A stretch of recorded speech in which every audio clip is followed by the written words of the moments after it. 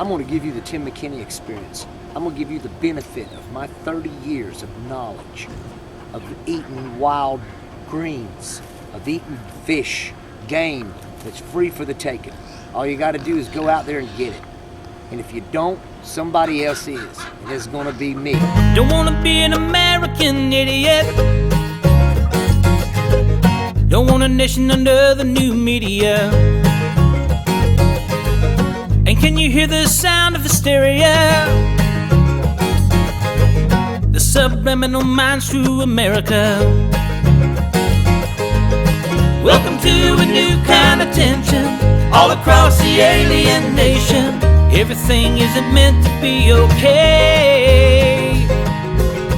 Television dreams of tomorrow. We're not the ones who are meant to follow. Well, that's enough to argue.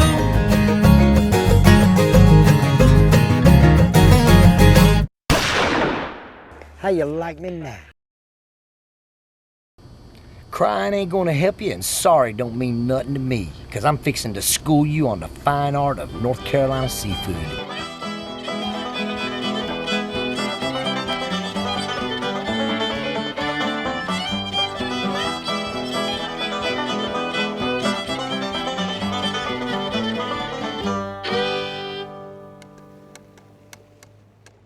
Well, they've been in about 4 or 5 hours.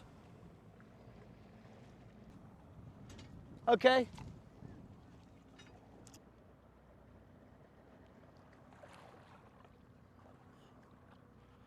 Come on, baby. Be full.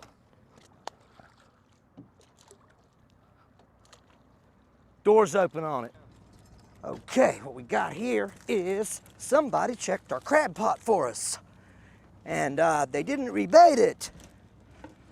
So we got 3 crabs instead of 23. Maybe they didn't find our other ones.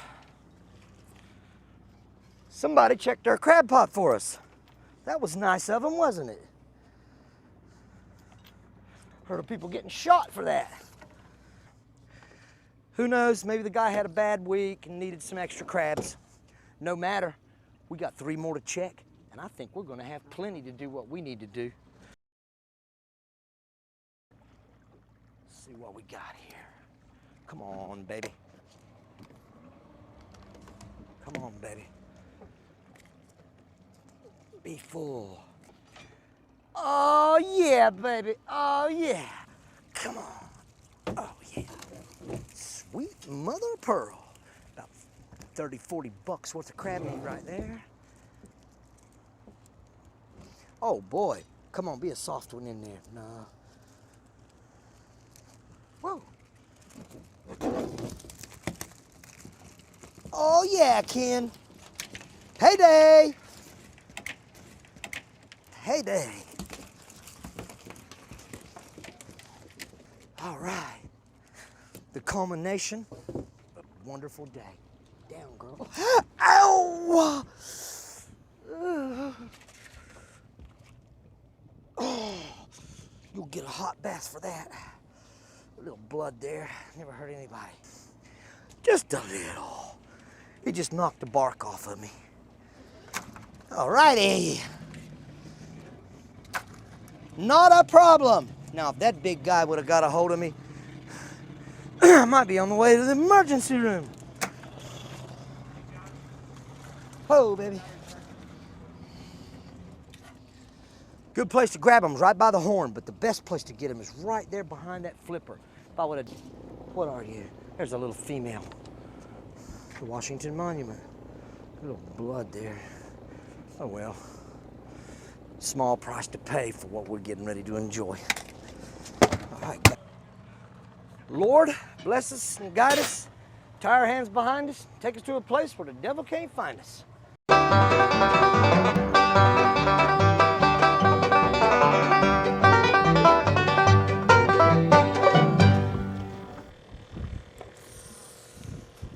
Right there.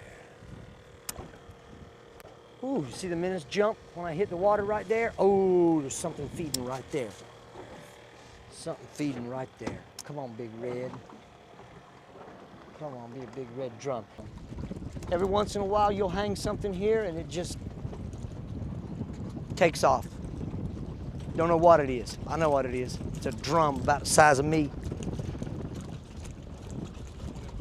And the tide, isn't it amazing how the tide right here where we set our crab pots at earlier, it's what, a 5-minute ride from here in the boat, and the tide is over an hour different in the tide. In other words, when it's dead low right here, around there in the river, 5 minutes away, it'll be an hour, hour and a half difference till dead low tide.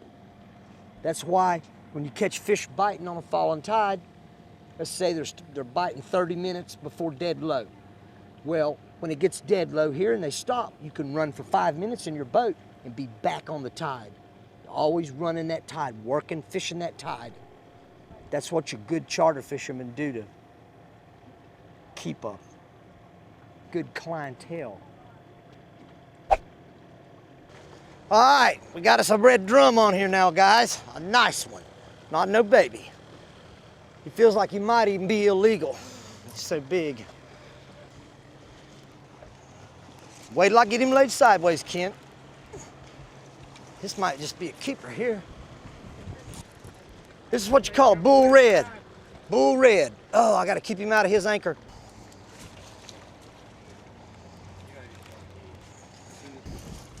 Okay, ready? And wait, and there he is. 23, this is a legal fish. It's a red drum. He has to be between the sides. See this right here? Can I point this out to you right here? See this? See that spine? You want to avoid that. That'll stick you and you will not like it. But this fish is a red drum, red fish. See the spot on his tail? This is the North Carolina state fish. This is a delicious eating fish, which you will find out.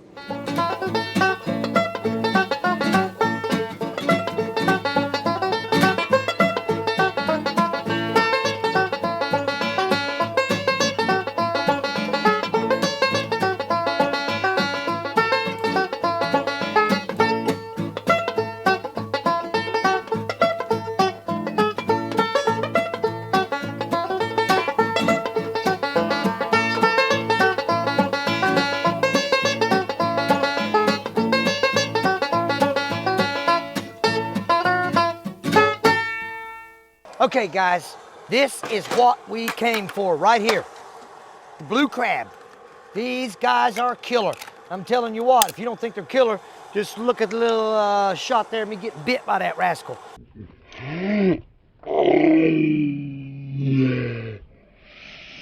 Now, what we're gonna do here is we're gonna boil them with a mild seasoning that doesn't overpower the taste of the crab. The crab is very delicate meat. If you're not careful, you can completely cook the taste of the crab away, and it'll be like eating a piece of cotton. That's not what we came for. We came to have something delicious. Okay, now what we're gonna do is we're gonna use this mild seasoning. It's Old Bay, and I can control what the spiciness of it's gonna be. If I buy a crab boil, like so many companies got different crab boils, they overpower the taste of the fish. They've got Cajun flavor, they've got hot and spicy, they've got all this stuff that you really don't need. You want to keep the spices down to a very minimum. So what I'm going to do is I'm going to put about a quarter of this. We've got probably 4 gallons of water here. I'm going to put about 6 tablespoons of Old Bay in it. We're going to add approximately 4 tablespoons of apple cider vinegar. Maybe 5. A little more won't hurt. Now we don't have to mix it. It's rolling, it's boiling good. Now as I put the crabs in, it's going to cool down the water. Okay. Obviously these are live crabs, so it's not for the faint of heart here. We're going to drop the crabs in pretty fast because we don't want the ones on the bottom to get done before the ones on the top. And this is going to be so delicious. You're not going to, I mean, it's going to be unreal delicious. Cook them yourself. You don't have to worry. Whoops, we got to run away. We don't have to worry about, are they fresh or not? We know they're fresh. These guys don't want to go in. They have no choice. Oh, look at these guys. Look how fresh these are going to be. Be careful, this water is very hot. Now, again, we do not want to overcook our crabs. Same with our fish, shellfish, any seafood does not want to be overcooked. It has to be, the Japanese, they've boiled their seafood for centuries. Their recipe is, drop the fish in boiling water. When it floats to the surface, take it out. That takes a matter of 60 to 90 seconds, and they're done. Same with the crabs. Look, how long has he been in? 60 seconds maybe? Look how red he's already starting to turn. Okay, now I'm gonna go to the bottom, and I'm gonna pull from the bottom, and bring the ones from the bottom to the top. And as I'm doing this, I'm being very careful not to burn myself, but I'm pulling the ones from the bottom to the top. Oh, can you smell that? Just smell that. You can smell that crab meat. We don't want to overdo them. As soon as the bellies start turning a little pink, we know they're done. All right, boys, release the hounds. We're getting ready to cook. All right, we're ready. We've got everything we need fresh. I mean fresh. We're not going to a seafood market and we're not checking the gills. We're not looking to see if the eyes are cloudy. You know, this is the freshest you can get. There is no fresher than what we're doing today. We're going to make, first of all, we're going to make a baked drum. Redfish, the state fish of North Carolina. It's delicious. Look at this piece of meat. Look how white this meat is. We left the head on purpose because the head is so full of flavor. It's a sin. It is a sin to cut the head off of a fish. I don't care if you don't like looking at the eyeballs of a fish. You know what I'm saying? This is going to be awesome right here. We're going to prepare today. We're going to have baked drum and cabbage. We're breaking all tradition here. We are going to make a piece of fish like we were making beef or pork. Later on in the show, we're going to make seafood that tastes like seafood. This is going to be seafood that tastes like beef, pork, lamb, goat. We're going to completely break all the rules, and I'm going to show you why you're going to love it. First of all, we take our cabbage. What we do is we make a bed. I like to call it a bed of cabbage. Just take your cabbage. We've prepared it beforehand. We pulled it all apart. Just be generous with the cabbage. We don't want too much cabbage, but we'll make sure we break the cabbage up where it's in thin pieces, where it'll lay down nice and flat. We're going to make a bed of the cabbage. Now, to add, this is a very lean fish. It's not like a flounder. It's not like a bluefish. It's not like a whiting or Virginia mullet, as they call it in the South. It's a very lean fish. So we have to add a little fat to it. And in this case, what we're going to use is bacon. First, we take the bacon. We take about 3 slices of bacon, and we're going to lay it lengthwise across the casserole dish. Okay? Now we'll lay about 3 strips of bacon on top of the cabbage. Now we're going to, gravity is going to help us on this. As everybody knows, you put your seasonings on top, and as it bakes, gravity carries the seasonings down into the fish, into the cabbage. Okay, now we can lay our drum on top. We can maybe turn him catty corner. You want to try to keep him inside the casserole dish like this. We're going to put tin foil over the top. Unless you have a large casserole dish with a glass lid that will accommodate the size of the fish you have. If not, then tin foil will work fine. Now, we've prepared some celery. You can see this nice green celery. This is the leaves of the celery. The stalks of the celery don't have as much flavor as the leaves. Try to avoid any pre-chopped celery seasoning.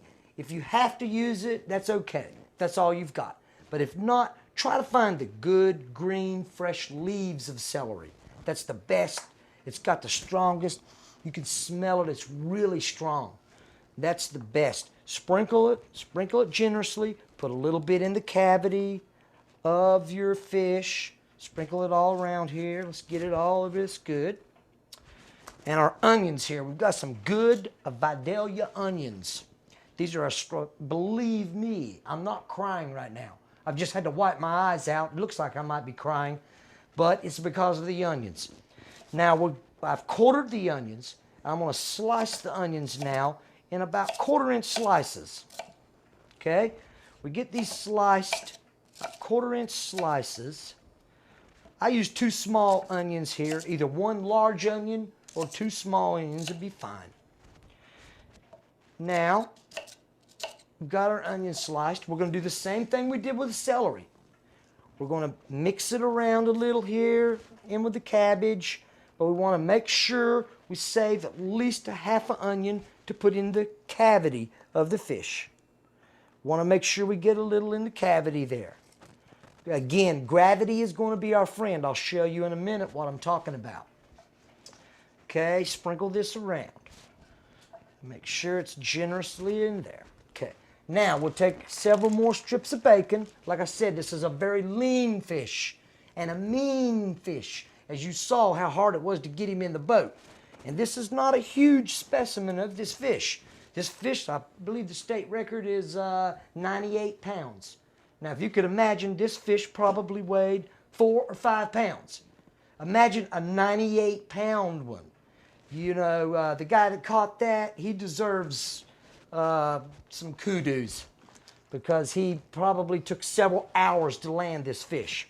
Okay, we're going to lay some more bacon over it. He's so lean, we've got to have some bacon in there. Also, the bacon's going to season the cabbage. And we're not putting, like I said, we're breaking all tradition. We're not putting any lemon, no vinegar, no Old Bay, nothing that you would traditionally make a seafood dinner out of. We're cooking it like we would pork or beef. Okay, now comes the seasonings. Okay,